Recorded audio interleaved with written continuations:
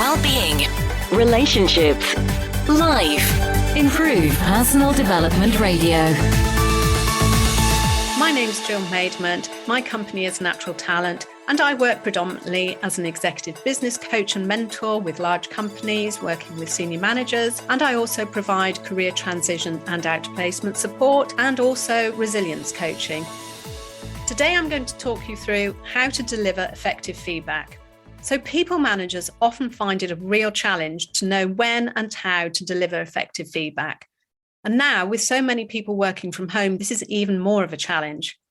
Of course, giving positive feedback is usually quite easy. But again, when people are working remotely, this doesn't tend to happen as often as it should, sometimes leaving workers feeling quite demotivated and undervalued. So the key is for line managers to hold regular one-to-ones via video calls with their team members so that they can let them know what they're doing well, to thank them, and to advise them what they could do to improve. They can then ask their staff for some suggestions on this and then offer some ideas themselves. Unfortunately, many line managers will avoid having the difficult conversations to deliver constructive or negative feedback. This can have a detrimental effect on the team member because they don't know how they're performing according to their objectives, nor how they can improve or learn from any mistakes. So if people managers don't address any examples of poor performance, then staff can become disgruntled and disengaged when they're working hard, but they can see that their colleagues aren't doing very well, but they're still earning the same amount of money. Line managers will often wait until a year-end performance review to deliver negative feedback, but this is way too late. And as a result, the team member may become angry or defensive, or they may even deny what was happening in the past, or they may even become upset. And all this can lead to a drop in enthusiasm and then potentially a reduction in productivity, which can, of course, damage the business. So the best time to deliver feedback is instantly, if possible, whether that's good or constructive feedback. Although the issue with remote and hybrid working is that most of the time the line manager can't see what's happening at any given time. However, if the line manager witnesses good or unhelpful behaviour on a video call, they can ask to speak to the employee soon after. And that way, the individual is aware of what happened and can think about it and improve their own self-awareness. So feedback tends to lead to a change in behaviour. For example, if a team member is rolling their eyes in an online team meeting, they may not be aware of how their body language is coming across as negative. Even an instant message can be useful if similar behaviours are seen, followed up by a chat about it. Of course, instant positive feedback can be very motivating and can lead to team members putting in even more effort. However, line managers should be careful not to give too much praise to one individual in public, as this can lead to feelings of there being a teacher's pet or favourite, which again can cause the rest of the team to disengage. Similarly, if someone needs to be reprimanded, it's important not to do this in a public setting, but to arrange a one-to-one with the team member and explain the situation. And then the key is to be very specific about any behaviour that needs to be addressed without sounding judgmental or as if you're accusing them of something.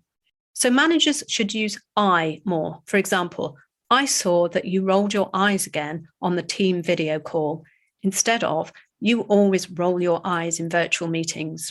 So you can mention specific timings and situations, such as, in Friday morning's catch-up, I noticed that you weren't listening to the big boss, but were looking at messages on your phone, and everyone could see that that's what you were doing. And ask what other issues there may be that could be causing unhelpful behaviour or even underperformance. And also, people managers should try to use neutral words and not be personal. For example, when in meetings with our leaders, it's best that we all have our cameras on and can be seen to be paying attention. It's natural that people don't usually like to be given constructive feedback or negative feedback, and they may push back or become awkward and unhelpful. So it's important that line managers remain assertive as well as showing empathy. It's also useful for the line manager to explain what the impact of the unhelpful behaviour is on the individual, their colleagues, the team, and of course the organisation as a whole, such as saying something like, when you appear to be distracted, it has a negative effect, in particular among the more junior staff. It's also been noticed that you look distracted in our big meetings, and this may mean that you may not get that promotion that you really want. So it's useful to ask the individual what they can do to improve, as well as making your own recommendations. And importantly, don't become personal and listen to any genuine concerns that your team member may have.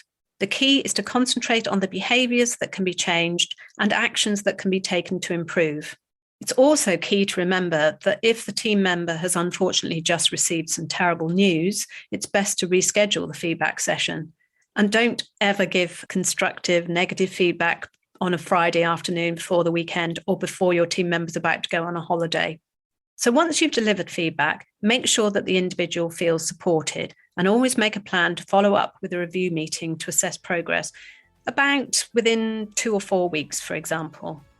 So that should help you to deliver more effective feedback, both positive and constructive. Thanks for listening, and you can find more about leadership and management topics and more about me at my website, which is www.natural-talent.com. And I'm also on LinkedIn as Jill Maidment at Natural Talent. Thanks very much. Improve Personal Development Radio.